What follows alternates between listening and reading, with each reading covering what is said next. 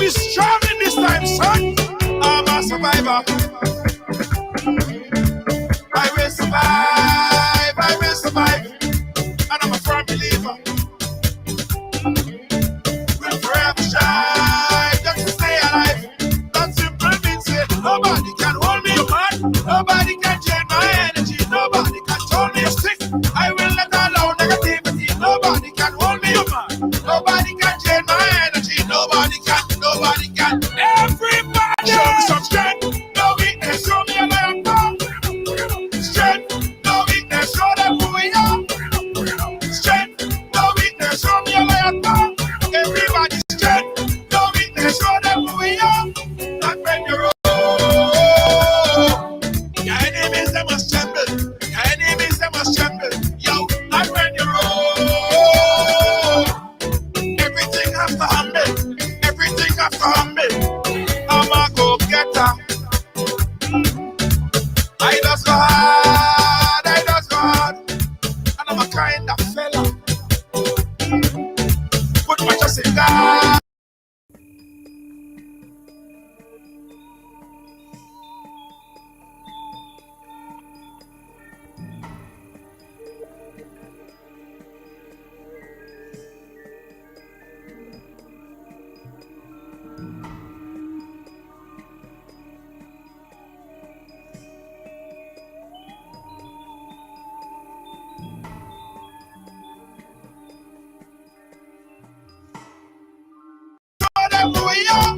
Not when you're old.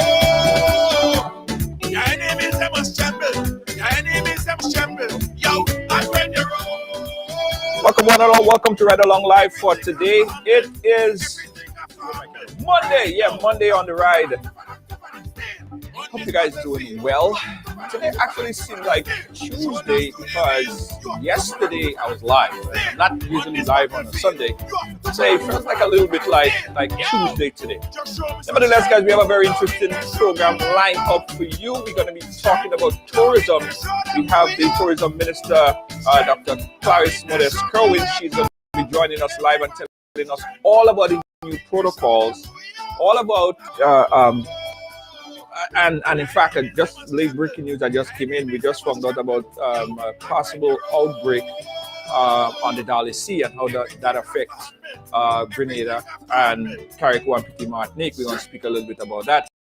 A lot of details also on the bubble, right? You know, the government has just removed the 2-day quarantine, and for over a year or so there were no cruise ship. Last week we saw a cruise ship. What does that mean? How is tourism rebounding after COVID-19? Now we finally start to see the backs of COVID-19. We're going to talk about that with the tourism minister. So you're coming, guys, go ahead and share the thing twice. Coming to you live from Studio B. No, the ride is not repossessed. It's parked out there. I just wanted to do this from here. I'm going to be actually doing a lot more program from Studio B, guys, because it's nice and warm in here and it's cold and dark outside. All right, so Rena, how you doing? Pick up yourself. Welcome to the ride. Hey, Nikki, how you doing? Yeah, Akim. Yeah, man, Akim, come and give me a visit sometime in Studio B, man. You gotta check out the scene over here, right? Studio B is the real deal, by the way. How was your weekend, Nikki? How was your weekend? Let me share this. Let me share it.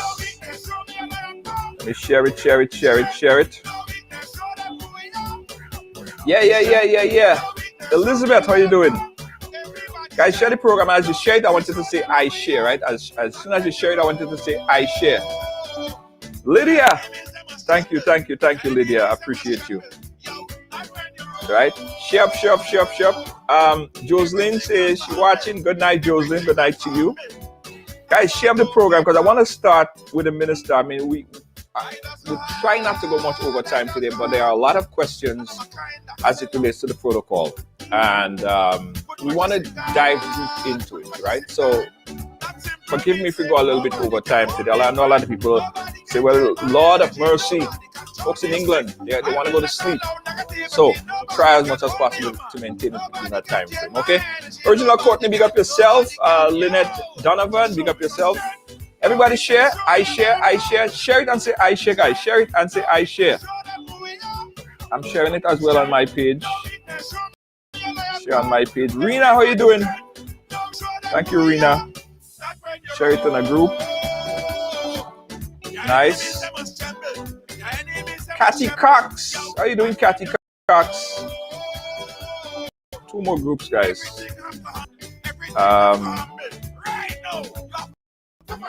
Yes. Yeah. Right. Okay. You ready to go?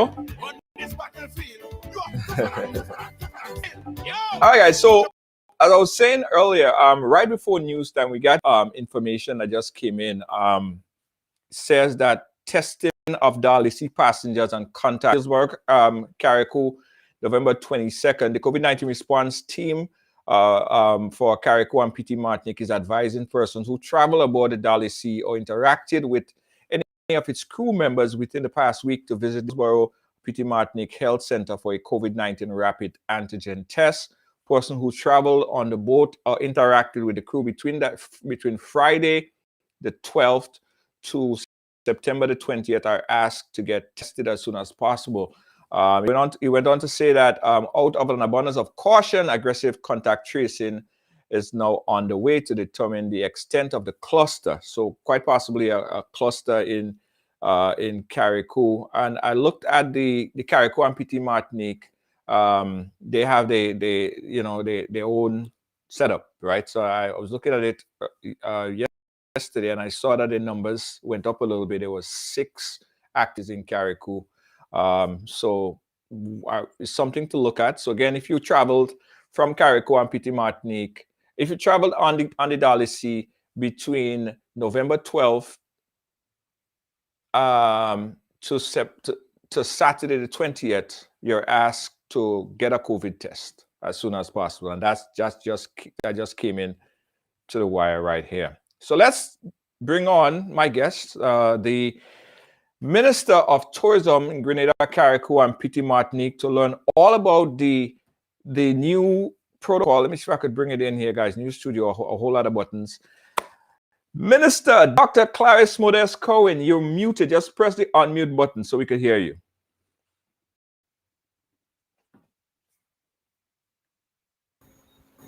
Yeah, right. You hear me? I'm hearing you loud and clear. Nice. You hearing me? I'm hearing you. Fine. How are you doing, Minister? Pretty good. Everything considered. Yeah. I'm thankful. Yes. Yeah. Well, welcome back. We meet again. It is, as the first time, it is a pleasure, and I hope this time would be even better. Yes. We right before showtime, we got this press release that came in. What could you tell us about this new cluster on the Dalhousie? Yes, well, over the weekend, I think it was yesterday, I heard about a few cases in Carriacou. As you are well aware that in our sister island, the numbers have stayed pretty low. And then I heard about this outbreak, and I think this morning I heard that there were about 9 cases. I heard you read the release that said 6. So it's somewhere between 6 and 9 at the moment.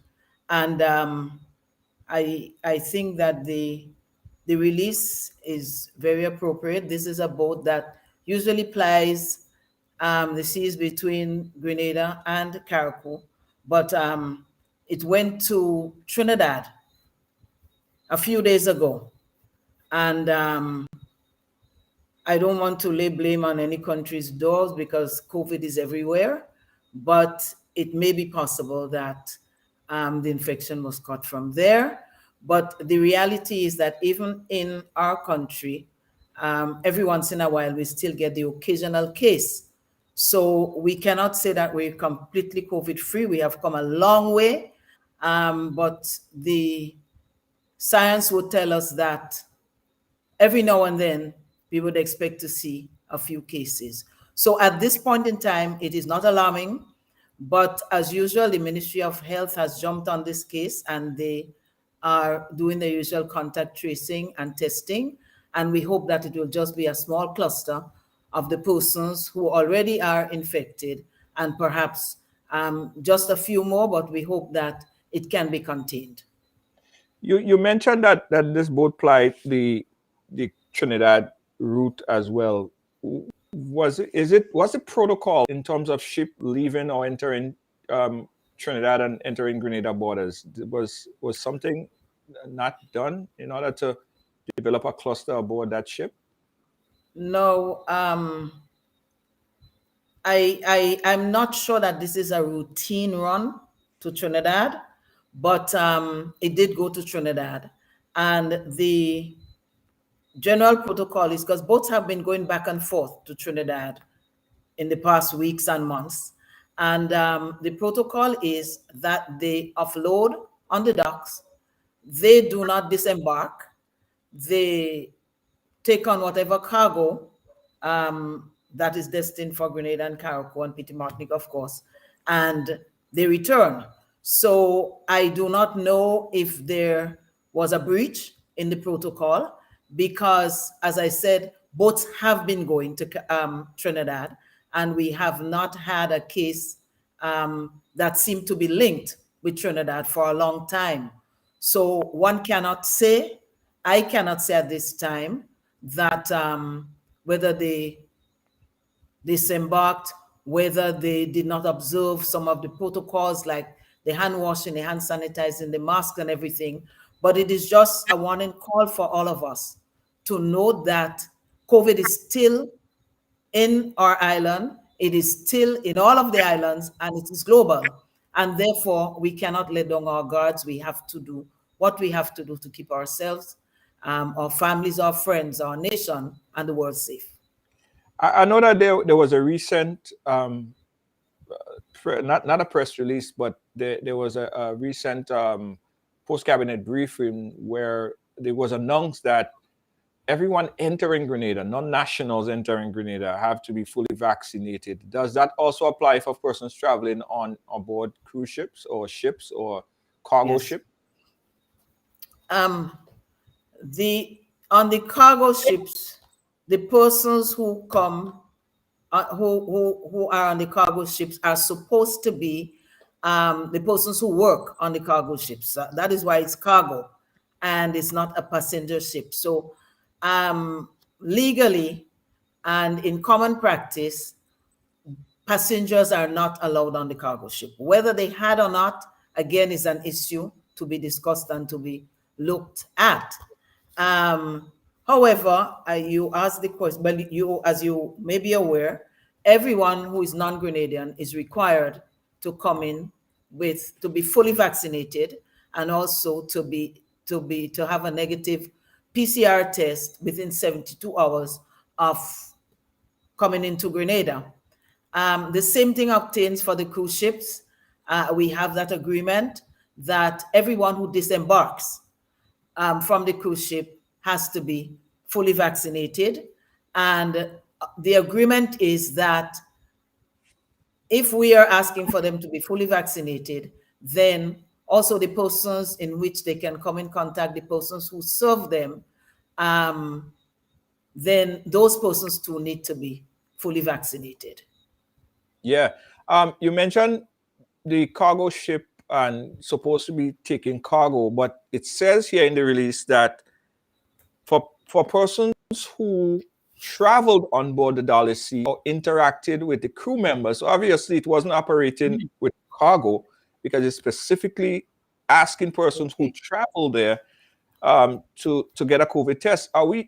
Do we know how many people was on board that ship at the time? So let me clarify. You are right in this context, because the Dolly Sea does carry passengers between Grenada and Carriacou.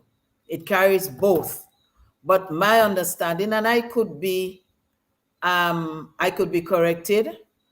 I could be corrected that going into Trinidad, it was supposed to be just cargo on both sides, coming to and from. So that is the general understanding. but Dolly C does take passengers from mainland to Carriacou as well. Yes. Again, I just want to get it clear. So the persons who interacted with anyone on board, the crew members on the Dolly Seed between November 12th and Saturday the 20th are asked to get tested because of a possible outbreak aboard the Dolly Sea at that particular time. So out of abundance of caution, they're asking everyone to get tested in that regard. So it Yeah. kind of brings us to the next portion of the conversation. So recently, the government removed the quarantine period for persons traveling into Grenada internationally. Is there a new science, right, that says people that has COVID-19, people who have the vaccine cannot spread it? What is the science between the removal of the quarantine period, the 2-day quarantine period? Okay, I'll attempt to answer this one, but I usually leave it to the health people. Right. However, what we have seen in Grenada and what we have seen reported in other countries globally is that persons who take the vaccines, there is a far less incidence of COVID in these people. So it's much, much more difficult for them, for the COVID to attack them and infect their body. That is one. But And they could spread it. They could spread it, right? yes, okay. So the next thing is, if it is more difficult for you to catch it, then obviously it is more difficult or less frequent for you to spread it. That just follows. The other thing is that it does, the disease is milder, much milder in persons who are vaccinated, because the reality shows that the disease can wreak havoc in persons, especially if they have underlying conditions like chronic diseases, diabetes, cancer, whatever. So if it's going to be mild on you, it wouldn't affect your organs as seriously. It's harder for you to catch it. It's harder for you to, and I'm just talking about the existing situation with the existing variants. Now, we expect, as we have seen before, that there are new variants that certain vaccines may not in the future be able to protect the vaccinated person as much. But for now, it is holding on its own based on the science and the statistics that we see. So I trust the statistics and I believe that. Right. Full disclosure, I'm vaccinated. I'm fully vaccinated, and I encourage my family to get vaccinated as well.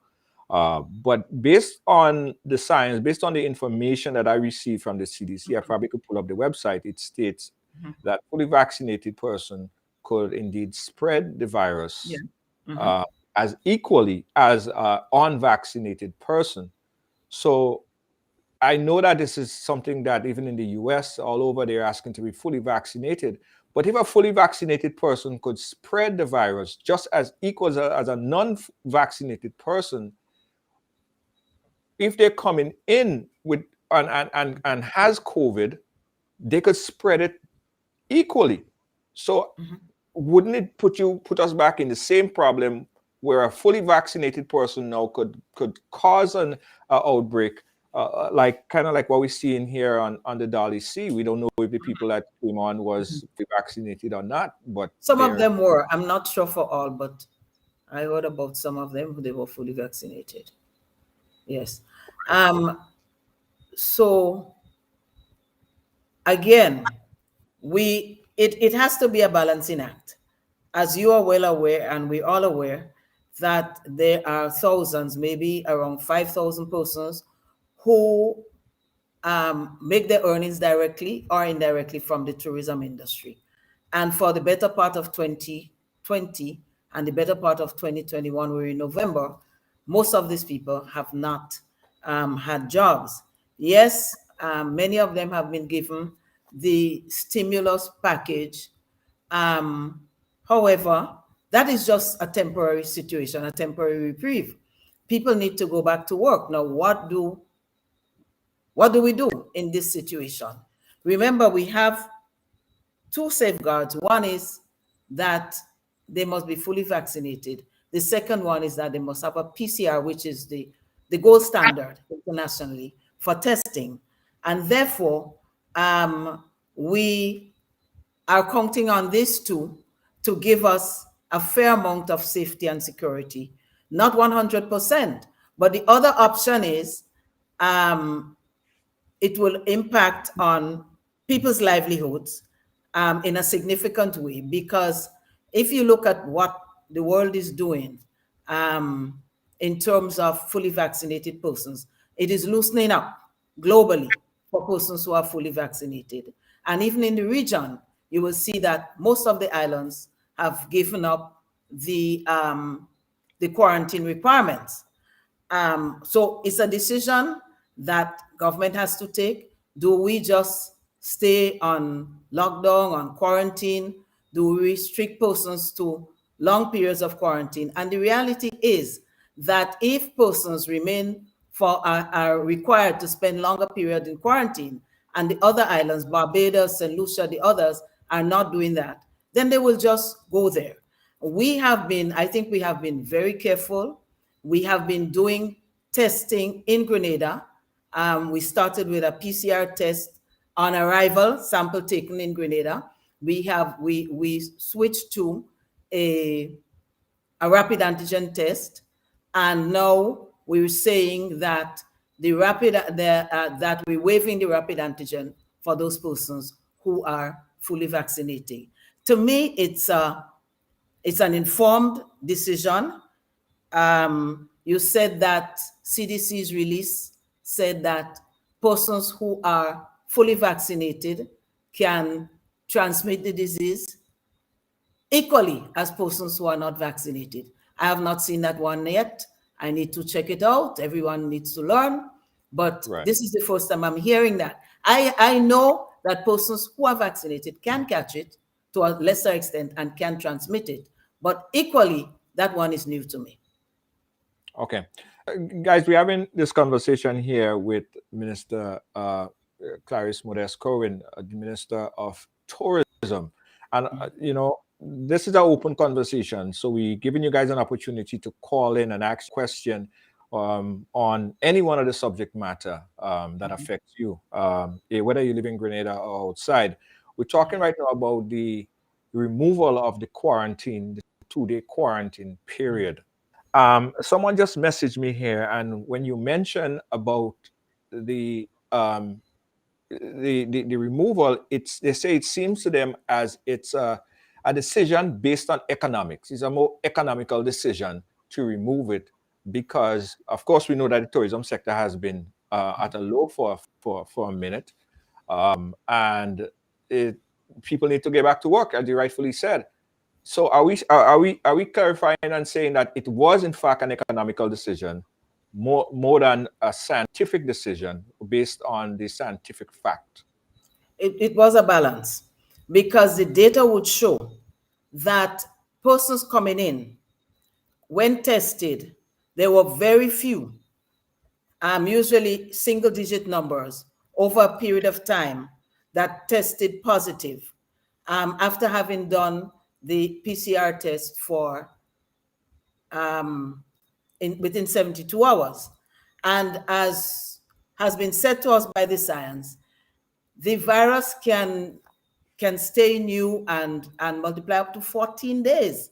So are we going to have persons quarantined for 14 days in Grenada? So it's a balance in terms of the capacity to do that, and in terms of the statistics that show that very few people coming in test positive. Now, there are few who test positive. So it's a balance between science. It is not 100%. And as the people who know mathematics, they will talk about probabilities. But the probabilities of a significant load of persons coming in with the virus testing positive at any one time is small. And so we felt that this is perhaps one of the better times when we could take that chance to do that. So it was both economics, because you have to ensure that people do have jobs after 2 years of being unemployed. But it was also based on looking at the data over a number of weeks and seeing that very few tested positive, we thought it was a good time to do that. And what is the contingency plan if we have another outbreak now, or from travelers who come in? What is the plan? What is the contingency plan in that regards? Because now we remove it, anyone could come in. It increases the probability, and we're talking math, so it increases probability of someone coming in and go straight through. I know of cases, and that happened because I travel a lot. You board the flight, and they check for your for your vaccine on the flight. Some flight attendants or some airline, they don't even bother to check properly. I've traveled a lot where situation where I have the thing in my hand and somebody might just look at it quickly and it go across. So there are so many ways that I see people not validate properly their information and their credentials. Right? So, hello? I think yes, my audio, no listening. yeah, I think my audio just drop off. So I think my audio just drop off. Are you hearing me? I am hearing you loud and clear. So the question is, what is the contingency plans? I lost you. Yeah, okay. So I'm saying, what is the contingency plan? We now remove the 2-day quarantine. So there's no 2-day quarantine anymore. Is there a backup plan? Is there a plan that would say this is what would happen in the instant if there were to be another outbreak or a possible outbreak? How is that being worked out? How is that being figured out at the time? Okay, so the health team have been reviewing the situation, and one of their mandates is to look at where there were shortcomings and to improve on that. And they have been working on a plan, and in terms of how they would approach it, there have been structures that have been put in place that will continue. So, for example, the pop-up clinics, which started when we had the spike end of August, perhaps mid-August, going into end of August. These will continue.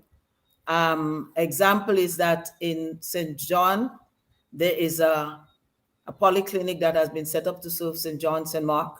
That polyclinic has been converted for the time being into a COVID clinic, which primarily does testing, does vaccination on 3 days a week, dedicated to that. So we continue to do routine testing and to offer it on weekends, 7 days a week. In any day of the week, there is somewhere on island where vaccines and testing are being offered. So that is one of the things that it will not continue in the intensity as when we had the spike, but we will be continuing to offer persons. One of the things that is going to be strengthened, of course, is the education of persons, because we still need, even as persons teams were going out, people were asking questions because they were uncertain about certain things. And I think people need to make informed decision. So the health team, they are taking this downtime now to plan strategically better, working with the police force and others to be more vigilant. And that is where we are. So increased vigilance, increased surveillance, now that the 2-day quarantine has been removed. What about the tourism bubble? Talk to us about the tourism bubble. So say I came into a ship came in, or people came into Grenada. I've heard they mention about the bubble. How is the bubble working, or how is it structured? Okay, so the bubble is a structure that is meant to minimize risk from both sides, risk from persons coming in to the island, primarily from cruise, but the bubble also, once established, can work for hotel guests as well. And the visitors, there are designated areas, attraction sites that would have been investigated, would have been checked out by the team from the Grenada Tourism Authority and the Ministry of Health also. They check to see that they're fully vaccinated, that they understand the protocols, that everything that they're supposed to have, sanitizing, masks, everything, all of those things are in place. And so the guests are taken to those sites that have been certified as having all of the factors, all of the wherewithal to be part of the bubble. There are tour operators who will pick up the guests at designated areas in the cruise ship terminal.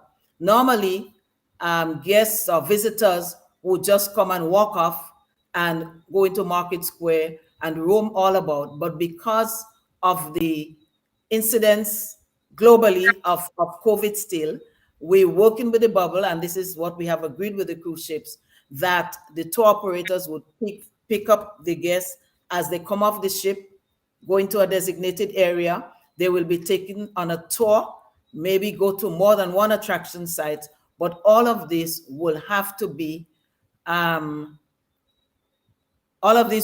checked out first. So we have a number of sites that have been vetted, that have been approved, and we continue to vet more attraction sites because some of the cruise ships are large and they come in with thousands of persons. And so we don't want overcrowding in any one area. And so we have to have enough places where persons can go so that you maximize the social distancing and you minimize the contact as far as possible. And persons are encouraged to work in groups. So like if it's a family or so, or a group of persons who travel together, they are encouraged to stay together and to be separate from others. It's not an easy task, but we believe that with good vigilance, we can make it work. Doesn't mean that something cannot go wrong, but it is a good time and a good risk to take at this time, because everything you do is going to have an element of risk with it. And what are the requirements for a particular site to be placed within that bubble? The requirements would be that all of the staff would have to be fully vaccinated, and they would have to have all of the wherewithal so that they have the hand sanitizers, they have sinks, they have soap that can be washed. They have persons who can just monitor the situation and the behavior of the guests. And I must add that in those attraction sites, while usually it's the tourists who use it, but anyone who is vaccinated can do a tour. You can do a tour of Ridealong if you wanted to, and I hope you do come when you visit when you come to Grenada. But that is the situation for now. Yeah, someone just mentioned in a text I received that they learned that a number of the hotspots where tourists and people would have want to go and good sites in Grenada, most of them have not are not on that list. Could you confirm or deny if they are the major hotspot areas are within that bubble, or they're just a few of them that is currently listed on the tourism site bubble? To me, some of the most desired frequent areas are on the bubble. So for example, what the tour operators did prioritize a list. So they would have prioritized Annandale Falls, they would have prioritized Ridealong, Fort Frederick, and places like Belmont Estate and so on. There are a number of them on the list. There are still a number of them that are being assisted to get all of the protocols, all of the necessaries in place so that they can be approved. And so gradually, so for example, we have the Grand Anse Craft Market, and the smaller taxis had a concern that they were not getting any tours, and the Grandance Craft Market vendors also had some concerns. We met with them. We looked at some protocols. We established those protocols. And anytime soon, that tour will happen that will favor the Grandance Craft Market vendors and the taxis who didn't have, prior to that, any organized tours going with them. So as part of the bubble, this has benefited them. And the next step we're looking for at Grandance is just before the beach part, just before the Grandance Craft Market, to also have persons visit. Persons who visit would be able to use the beach for that. That one is a little bit more difficult to monitor and to manage, but we're working on that. The craft market is a little bit more structured and can allow persons to go in and out in an organized manner. But we're also looking at that because so far there have been complaints from the visitors that one of the most lauded beaches in the world, that they cannot have access to it. But we're looking at how we can balance it, because we know our Grenadians love their Grandance Beach and they'd like to be able to go at any time. So we're seeing how it could work that a visitor in a bubble can stay in one area and our Grenadian people can still use the beach as they want to. Hold on. So you're setting up an arrangement where one portion of the beach would be decked off specifically for visitors? Is that what? Well, you see, we have a better control, or I expect we'll have a better control on the visitors, so that we could demarcate an area where they usually have beach chairs. They have persons who rent out beach chairs to visitors and to locals too. But a lot of them make their living by renting out the beach chairs to the cruise ship persons in large groups. So we're looking at those who go to the Grandance Craft Market should be able to use that section in front there on their beach chairs, where they will be kept in that area. But of course, our locals can roam the beach as they should. So we think we can have better control on the visitors, because there's an understanding that there are certain protocols that they have to follow and stay within the bubble. I'm just going to add value. I'm just going to add value to visitors. One, they come out of that cruise, the cruise ship.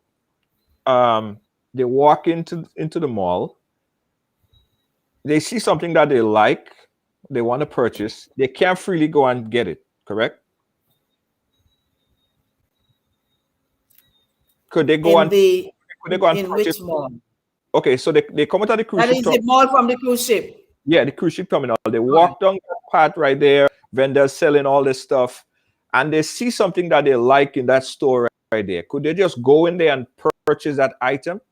Well, initially when we started, and we're taking these things in steps and stages because we want to keep it as safe as possible. We know it may not be 100% safe, but so we started first with them being picked up and taken directly to the whatever the attraction sites are. Now we're working on that same area that you're talking about, where the duty free and other things are that the tourists used to walk through. We are working on that.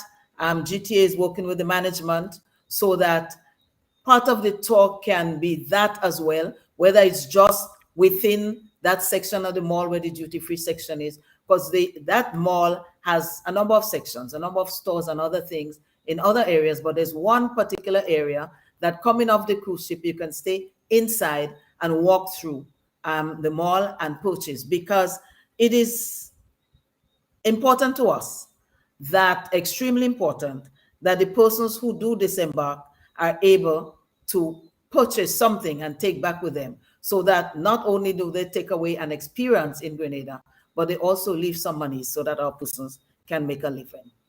So this, by the next week or so, you should be hearing something on that part of the mall as well. Right. And the other thing is, so they come up from there. What about the vendors that's at the front? What's the compliance? Right in front of the mall, there are vendors who sell items there as well. Are When there we do parts? that, we'll be working on that front part, on that sort of corridor where you have stores on both sides. Many of them sell crafts and other things that tourists may want. And we also looking at there are few sort of kiosks, sort of huts to the front. We are working on how we get those involved as well. But it takes some logistics, as you can well imagine. How do we work within the bubble and still engage everybody? So it's a progressive thing. And every week, I trust that we can add one more or one or two more attraction sites or places where persons can purchase to make it a business venture rather than just a sightseeing venture. Right. And so that process is done. And then now, who takes them to the sites? Because I've heard from the last cruise ship that came in there, I heard that the taxi or the bus operators or the local bus operators who would, make a little something during that period of time, there was actually X'd out of it. In fact, some big buses came and took the tourists, and the small bus drivers got absolutely nothing. Let me just explain a structure to you so that you can understand. There are some tour operators that are registered with the cruise ships. They meet with them then when there are cruise meetings, they know each other, they offer them tours, and they sell tours to the cruise ships before the cruise ship leaves or sails from wherever it originates, as well as while the cruise ship is on the sea coming into Grenada. The first trial was with these tour operators. They are the bigger ones. The first trial was with these tour operators to see how things were going. And then when it seemed to have worked fairly well, not perfect, but fairly well, then we had started engagement with the regular taxis. There's a National Taxi Association. We engage them. And so that they used to operate, although they are in an association, but each taxi would go, it's pretty much its own way.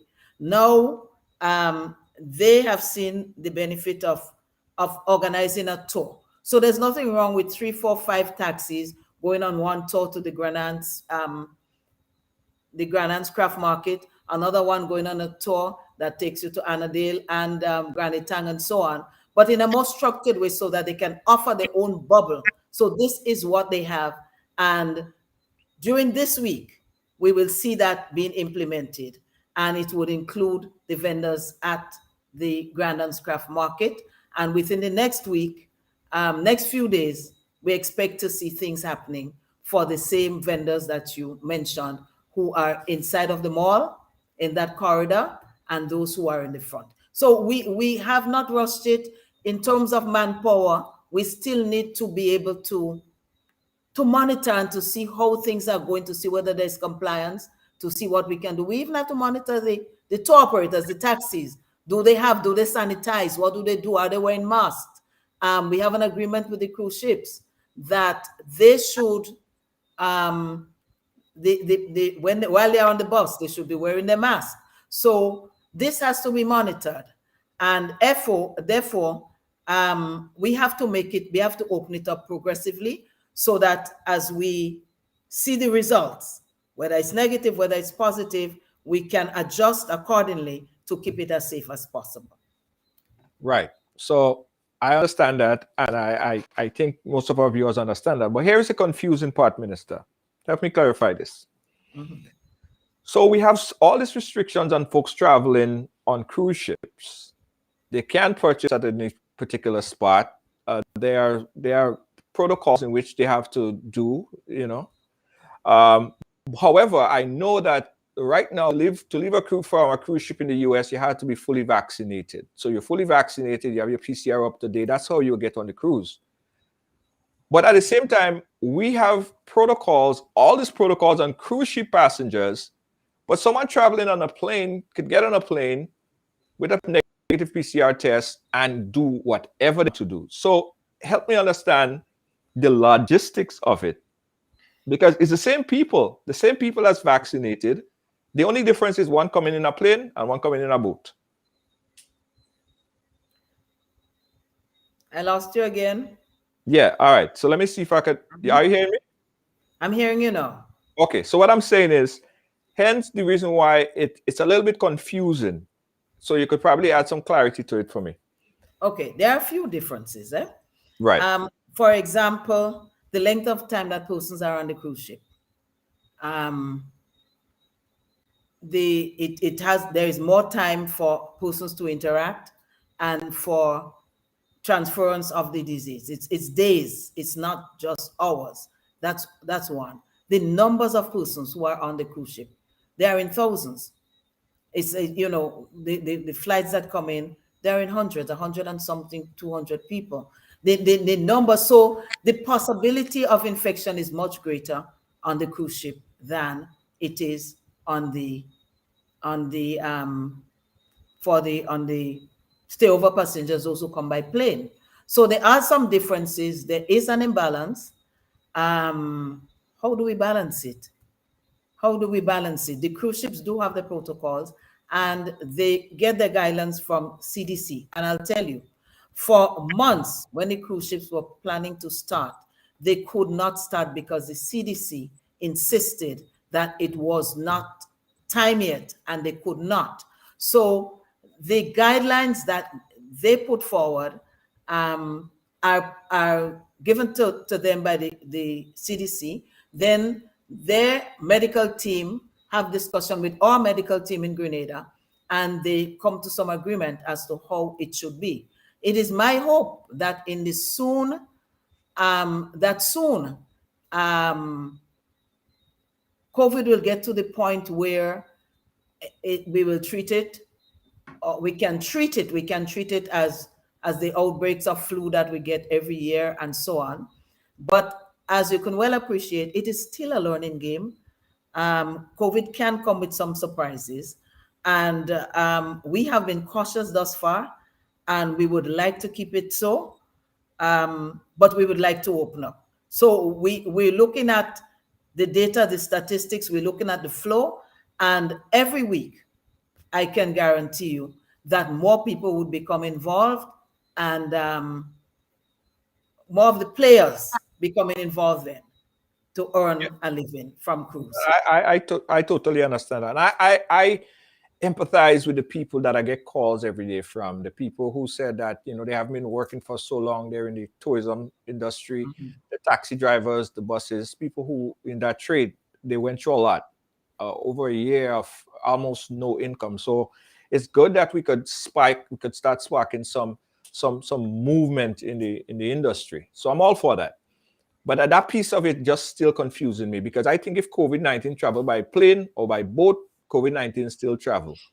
And I think it's even someone coming in on a plane and giving them ample access and removing the quarantine. I have no problem with the quarantine. In fact, I travel a lot. I've been in quarantine for 2 days. I've been in quarantine for 7 days. I've been there. I've been there all. But I just hoping that they're taking a serious look at that decision, not only based on economics versus the science of it, right? Don't Because forget the data too, and and, maybe and something the that data, you can get from Ministry of Health. The right, data too is there. So there's some science in it as well. right. But that is the contradicting and confusing part, where the people that coming in by plane, they could do whatever they want, but however, the people that's coming in by boat have so much different points that they cannot access. Someone sent me a voice note. I want to play it. Let's listen to this voice note. Hi, Junior. Good night. I want you as the Minister of Tourism, right? If they knew that they had a problem with the unvaccinated vendors and they were only providing for the vaccinated, why did they renew our license? Why did they do it? I want to know that. Because I know for sure we are not breaking any law. And what they're throwing at us, it's not in the Constitution. We are having our own business, we turning our key. Whenever we have to operate, we always renew our license every single year. So if they know that they had that, why did they renew our license last week? All right. That's from a viewer. Okay, a very pertinent question. Um, these conversations about fully vaccinated have been going for a long while. And the caller is right. By not being fully vaccinated, you may not be breaking any law. Government has not mandated. But remember, there's also a Public Health Act that gives the Ministry of Health certain powers to act where there is risk to the lives of others. And that is there. So I am not here to argue the law. The government has not mandated that everybody must be vaccinated. We advise it. I advise it. I took it. But of course, I respect people's rights to do what they think is best for them. But if you have an agreement, you have a pact, we can either go along with what they're saying or with what we have agreed on, or we can not accept them into our country. Sometimes, unfortunately, this is what it boils down to. And I do not think that the caller's money should have been taken since we have not resolved all of these issues. Maybe this question wasn't asked of the caller. I do not know. But if it was not asked, it should have been asked, because at this point in time, within the bubble, it's only the vaccinated vendors that have been included. I hope that at some point in time, it will be open for everyone who, whether vaccinated or unvaccinated. But the point is, we still have COVID, and we still have to observe certain things, and we still have to do what is necessary to protect ourselves and everyone else. Okay, that's for the So caller. I will follow up on this issue, because I think the caller is right. It should not have been done. Yeah. Someone typed in a question here for me. I want to throw it out at you. They're saying, is tourism or is the government looking to change the term fully vaccinated to now mean 3 shots? Since after a period of time, after a period of months, the vaccine is not as effective within the first 6 to 8 months or what have you. Is it soon going to be changed to fully vaccinated, meaning the 3 doses of the vaccines? So you were talking there about the booster. Yes. This is being discussed, the booster, making it available for persons. Whether the term fully vaccinated will apply to persons, to only persons who have the third vaccine or the booster, that has not been decided on by the Ministry of Health. But I know that it is being made available. Boosters are being made available to persons who want to have that. Right. So is no talks to change that protocol anytime soon? So if Well, it someone, hasn't been discussed to make it mandatory. No, not at all. Just oh, offering it to persons, recognizing what you said about the 6 months, 8 months when the antibodies get less. right. Yeah. Again, guys, we want you guys to participate in this discussion here. We have the tourism minister. We don't have her every time. So this is your opportunity right now. I know we've been very concerned about traveling back and some of the protocols and how the protocols would affect you. So I want you guys to call in. The number on the screen, 718-701-5720. That's 718-701-5720. You could send us a WhatsApp message, or you could call via WhatsApp as well. Again, the number on the screen, 718-701-5720. All right. While we wait on the call, I want to now I want to go back on something that was said earlier as it relates to the beach access and to the areas where the tourists would be on the particular areas of the beach. So after they would have left that area, leave that beach area, how would those areas be treated or sanitized, or is that a mandate to ensure? And what if a local wanted to access that area where foreigners are? Would they be prevented from mingling or being a part of that group? Um, at this point in time, what I can say to you, and this is all being done to loosen up a bit for the tourists, to give them some options, because of course they have choices, and we have to give them enough options so that it makes it worthwhile for visitors to come to our shore. As you know, Grandance is world famous, and persons come just to go on Grandance Beach. What we are looking at, and that has not been finalized, what we are looking at is that area just in front of the vendors market, that when you take tourists to the vendors market, where they can purchase and put some dollars into the vendors' hands, that if they do want to use a beach chair or go in the water, that they can do that. They would be kept, as I said, in one space, and that is what we're visualizing. And we do not feel that we can tell Grenadians, don't go to that side where the tourists are. What we believe is that, based on the agreement for the bubble, we have a better control of the tourists. So we say, look, stay within that space. Maybe you leave some spaces behind so that persons can pass. Certainly you leave space in front so that persons can pass, and that tourists can leave the beach chairs and go into the water and have a swim. Now, all of the persons who are offering beach chairs, they have been trained in sanitizing. They have been explained to as to what sanitizers can be used to sanitize. I don't know, I haven't heard of any sanitizer that can sanitize the sand nor the beach. What we have focused on is sanitizing the beach chairs after everybody. There are areas, there are areas that would be touch areas, touch spots. Yes, oh sure. Certainly the touch spots would be primarily the beach chairs and the Grand and Craft Market. So the persons have been retrained and retrained in terms of using the hand sanitizers, use them as we've had meetings with them, I've had meetings with them, and they are all committed to following the protocols in terms of social distancing and wearing masks and all of these things.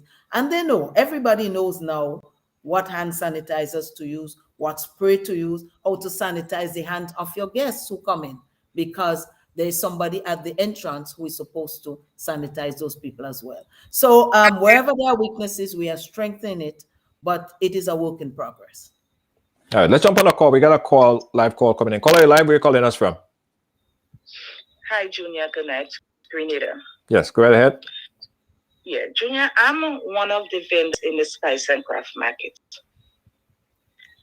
Junior, and it's so sad to see exactly what is going on.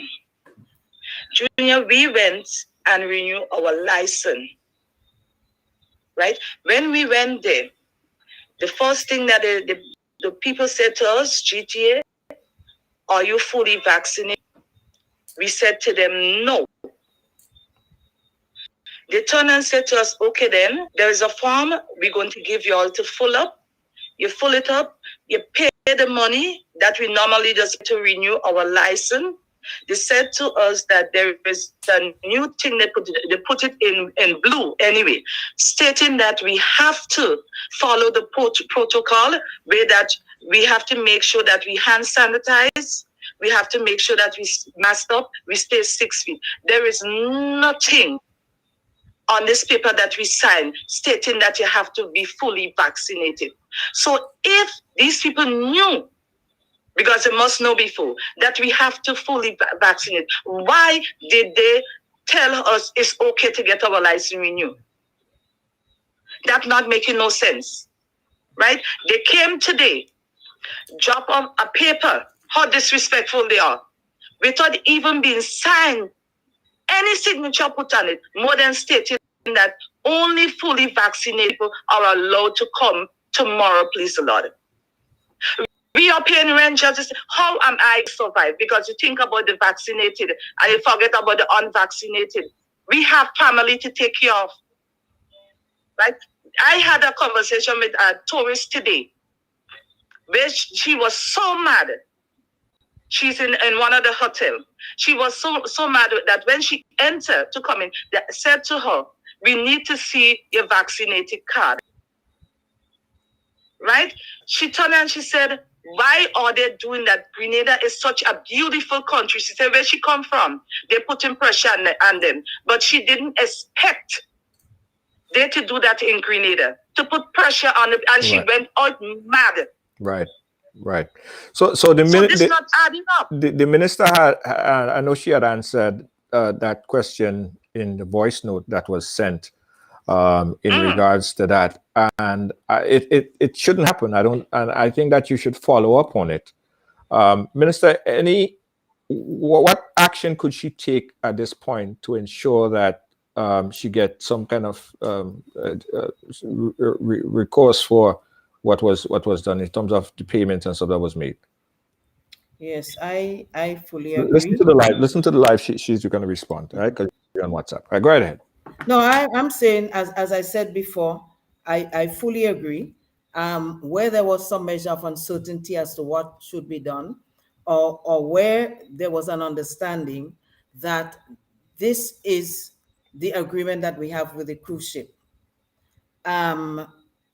that it was only for fully vaccinated, then the vendors are not prevented from vending at other times. But I still think that because they would have less access, that is a matter that should have been discussed and be properly addressed with the vendors. I had a very long meeting with the vendors, and there were subsequent meetings, and the understanding is that most of the vendors are vaccinated.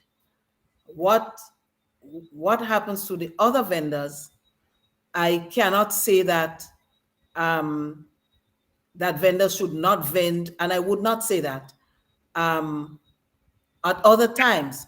But if we have created a bubble with the cruise ships, and that is the understanding that they bring in only fully vaccinated persons, and they will be treated by fully vaccinated persons, then the only choice we have is either you don't bring them in, you don't take them there, or the majority in that market, they are fully vaccinated. Give them a chance for that time, because it's a choice. It's a choice. That is what has to be done. And some of the fully vaccinated persons are asking the question, why are we being punished? Why are we still not having visitors? Why are we still not having cruise visitors when we went ahead and took the vaccine? So as I said, it's a balancing act. It takes time. There has to be dialogue.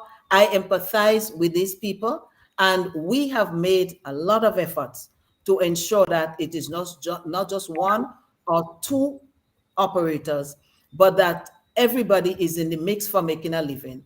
But at this point in time, the agreement is fully vaccinated for fully vaccinated. And unless that changes, then we have to commit to doing just that. And I went there at the craft market and I explained all of those things to them. I do not know if this dear lady was there, but I understand her position. I empathize.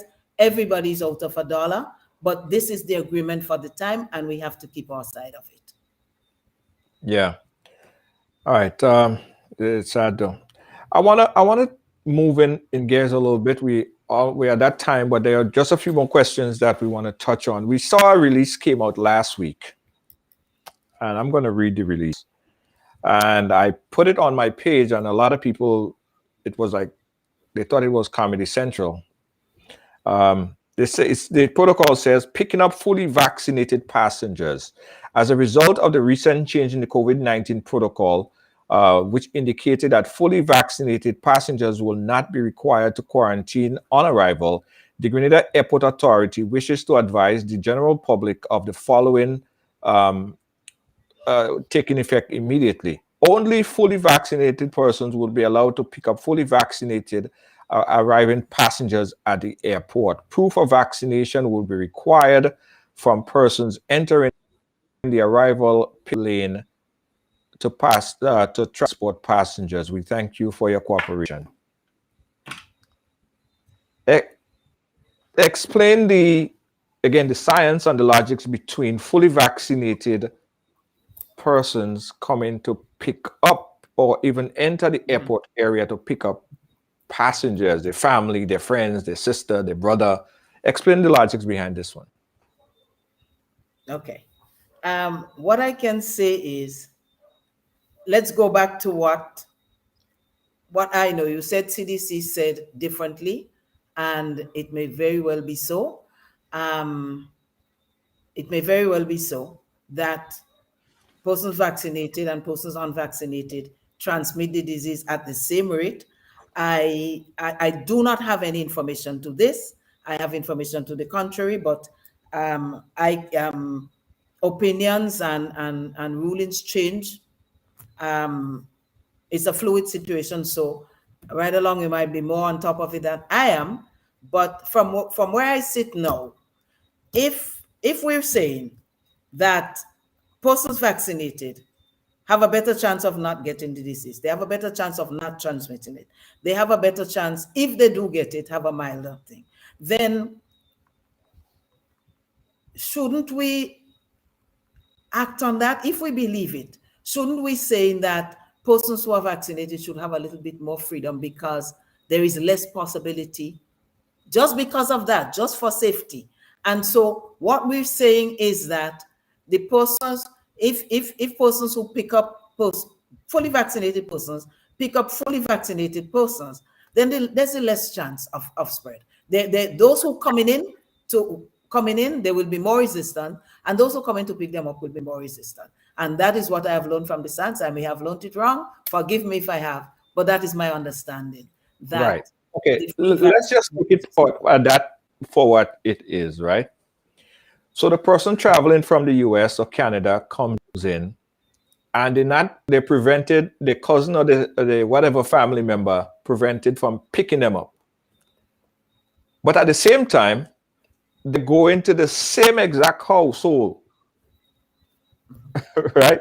So how is that preventing anything? When you come to pick up someone, you pick them up, they get into your car, you drive them off. It's not an occasion where it's a gathering or a get-together. It's just a pick-up person and take them to your home.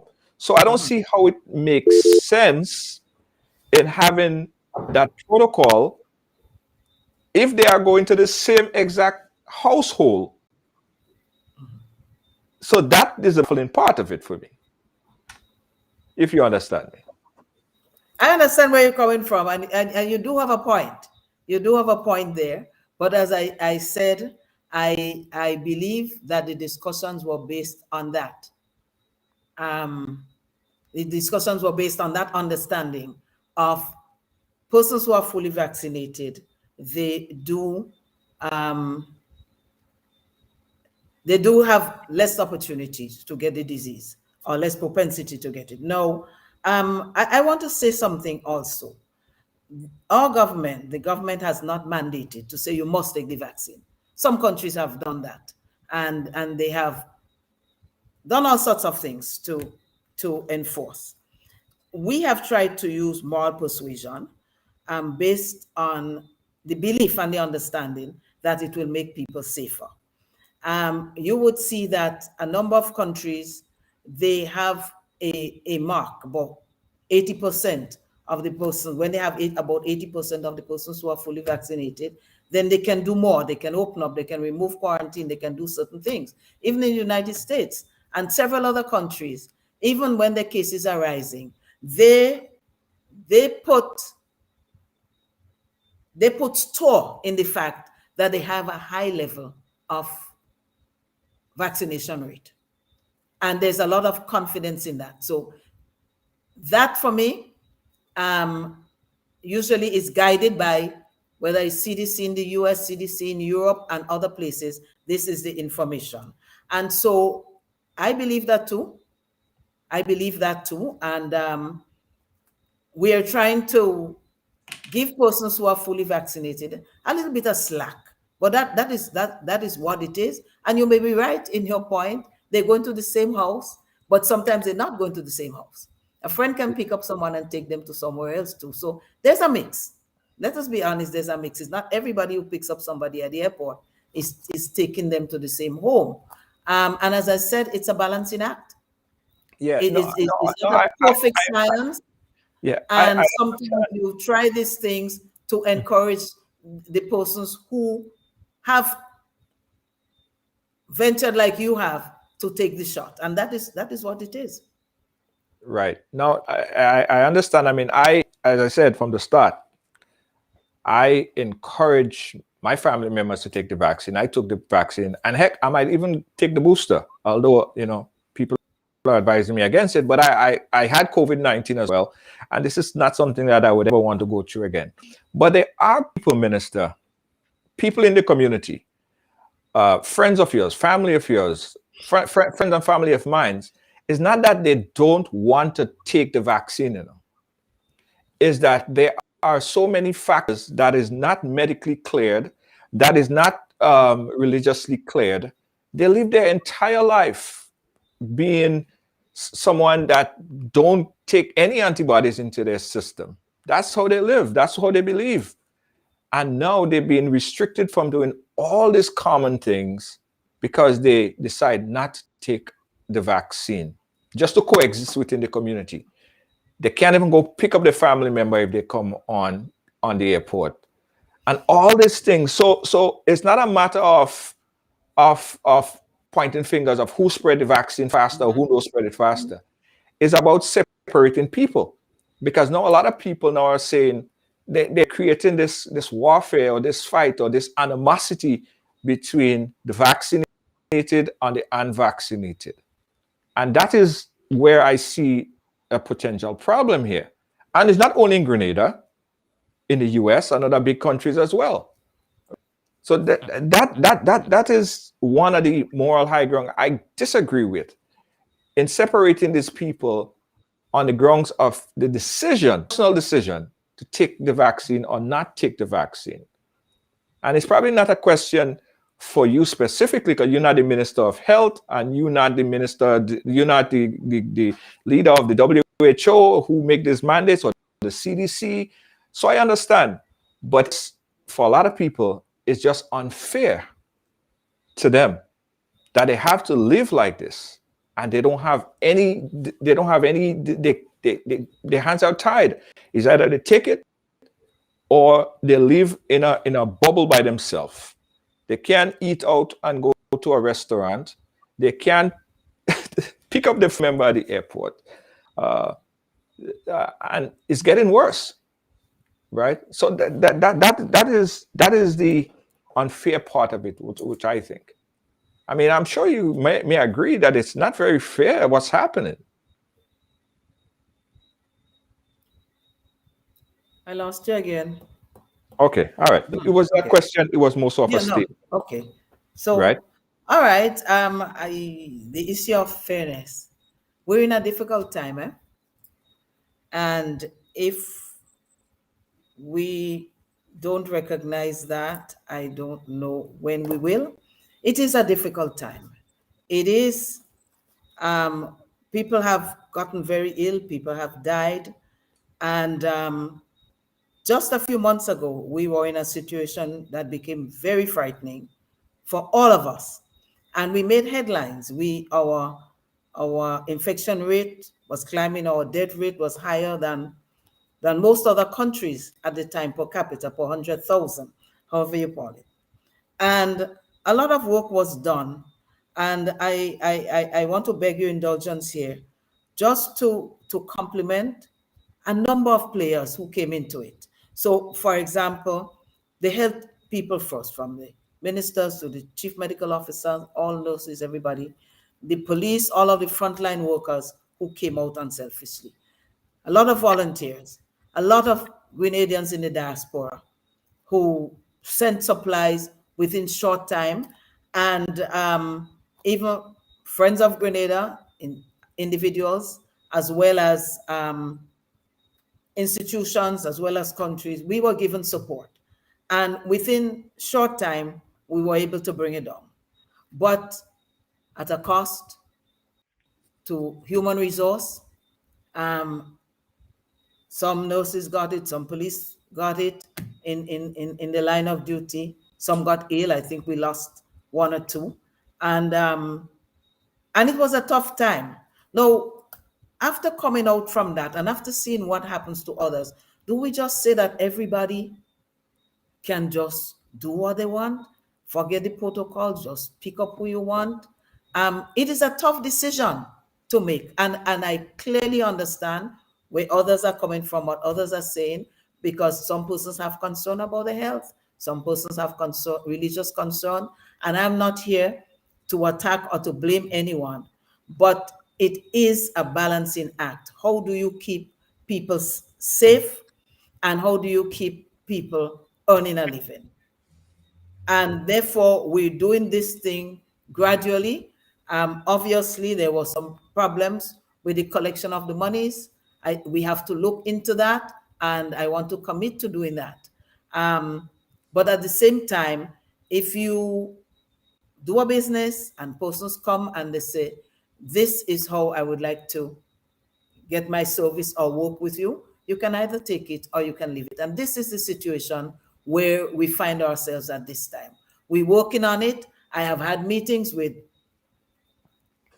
almost all of the different sectors, the water taxis, the taxi association, vendors, wherever they came from. We couldn't meet with all. We've had physical meetings. We have had virtual meetings, and we're going to continue to do that to look for a solution that will work for everyone. But at this time, it is a bit difficult. Right, we understand that. And I also must say that for all the frontline workers and the people, everyone who went through this biblical hell, as they put it, in this past few months, where over 200 of our friends and family members died. It is sad. And for the nurses, for the doctors, and everyone, we feel that emptiness, especially coming around Christmas, is going to hit even more harder because it's Christmas. You're going to miss that person even more.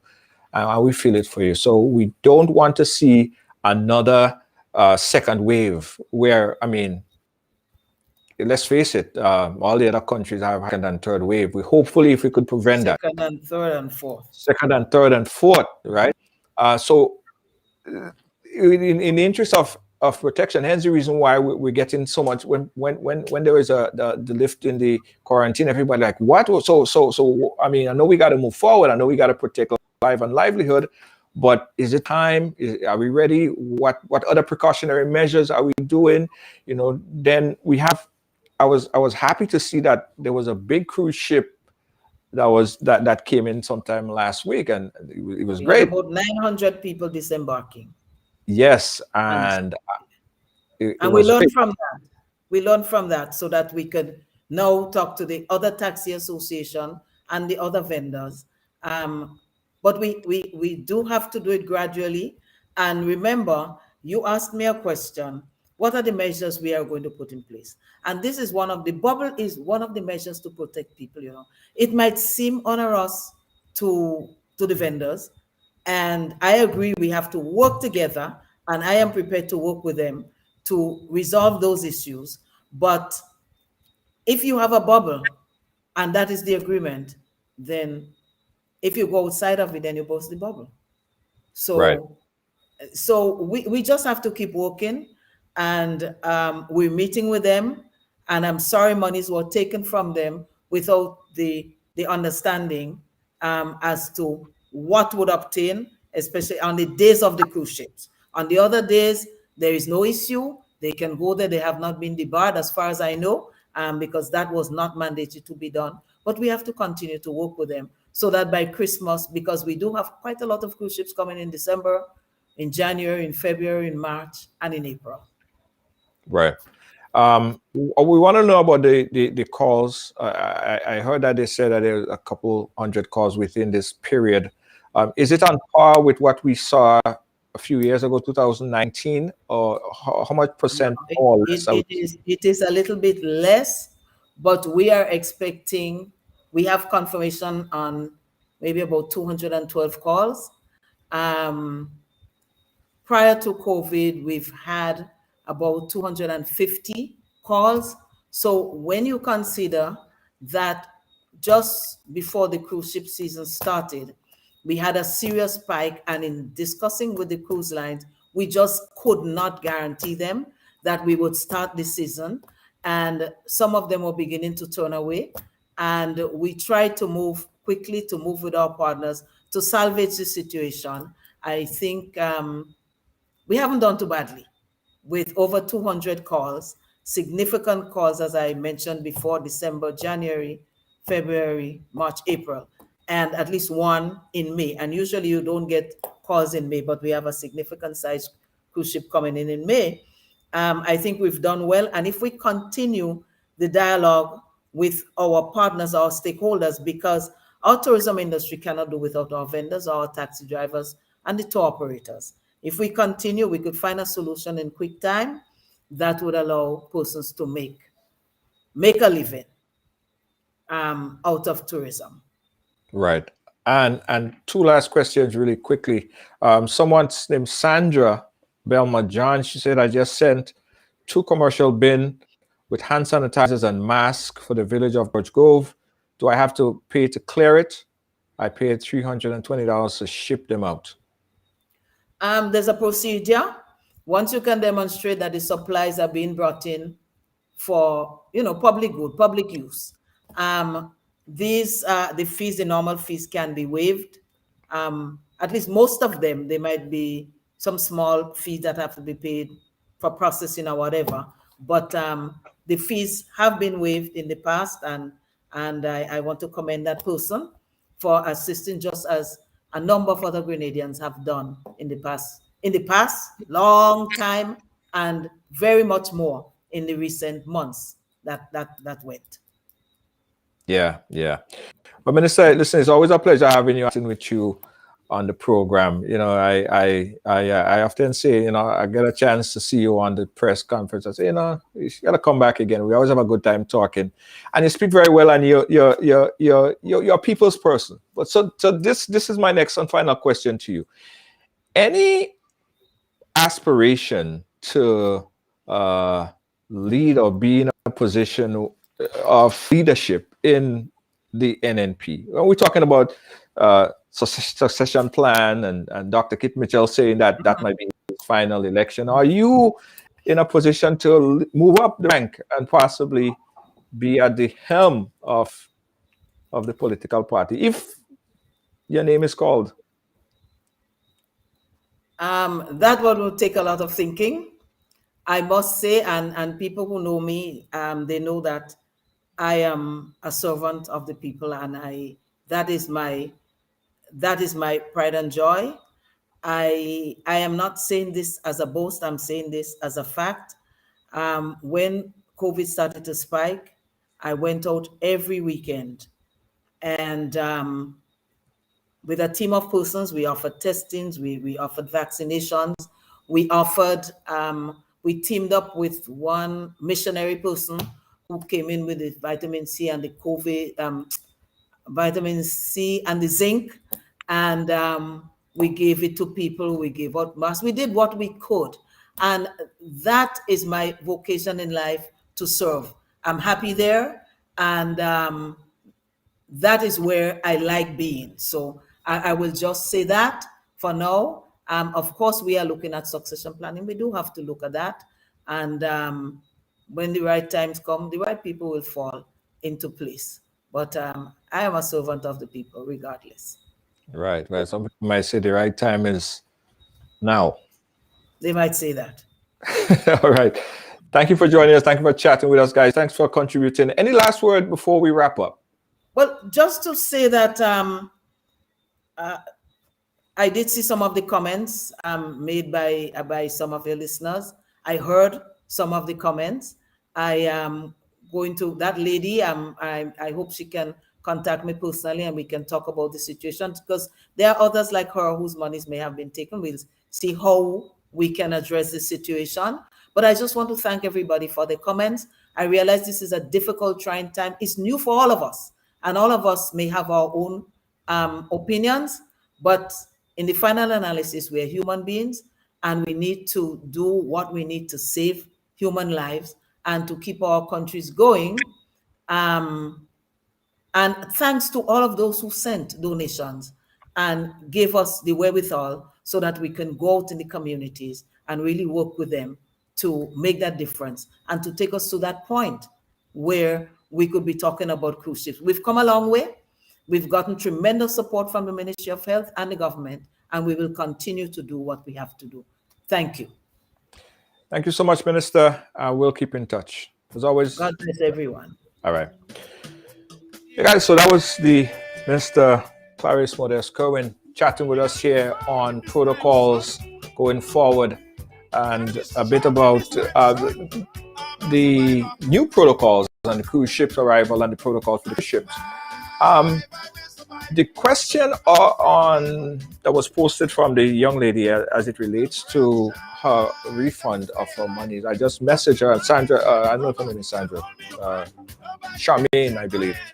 Charmaine, contact the ministry and let us know how far you got with that, if you were refunded the money. Just keep us up to date where that goes, all right? Anyway, guys, thank you for watching. Thank you for being a part of our program today. This has been a conversation from Studio B with the Minister of Tourism. And listen, we ain't abandon the ride. We're going to be back in the ride tomorrow, okay? Tomorrow we have a very interesting program lined up for you, by the way. And this one is kind of mind-blowing, right? Our next guest tomorrow is going to be in the ride, and she is a sex worker, right? But she's also disabled is not the correct term to use. She's paralyzed, and she's here to share her story, how she make it as a sex worker in a wheelchair. Yeah, she's gonna explain that to us. Anyway, that's nice. Thanks to you. Thanks for watching Tech Answers. Big up to CBX NYC, Best Flyer Design. If you're looking to get a flyer design and print, contact CBX NYC to get that done. Give them a call right now. The number is 347-744-5546. That's 347-744-5546. Remember, if you're looking for flyer design, professional flyer design, contact CBX. Quick turnover. Quick turnover, right? Give them a call right now. Tell them you get this number from Ridealong Live, and they have discount for first-time customers as well. Call them up at 347-744-5546. It's CX Flyer Design and Printing.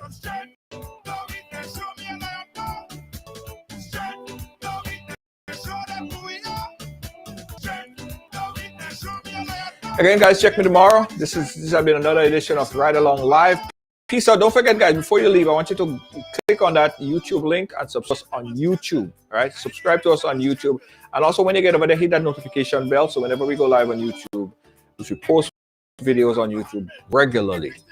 Right? Click it when we go live, you'll get notification on that. Good night. Catch you guys again tomorrow. Ridealong Live.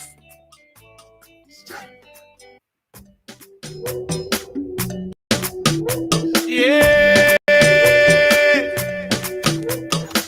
You gotta be firm in this time, son. You gotta be strong in this time, son. I'm a survivor. I will survive. I will survive. And I'm a firm believer. We'll forever shine. Feeling hungry, grab a snack.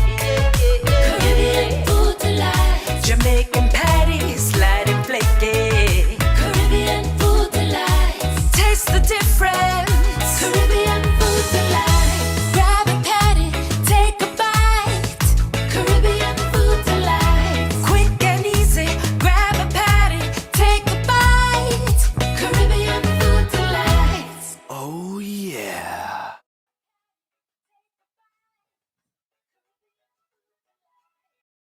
Welcome to TD Bank, where you'll find the personalized attention you deserve and the legendary experience you expect. Let's do business. If you are a medical or dental practitioner, contact me to hear about our tailored lending solutions for residential mortgages, equipment purchases, practice-related commercial mortgages and refinance. Visit me at 500 Baychester Avenue to hear more about our full range of personal and small business banking solutions. See you soon.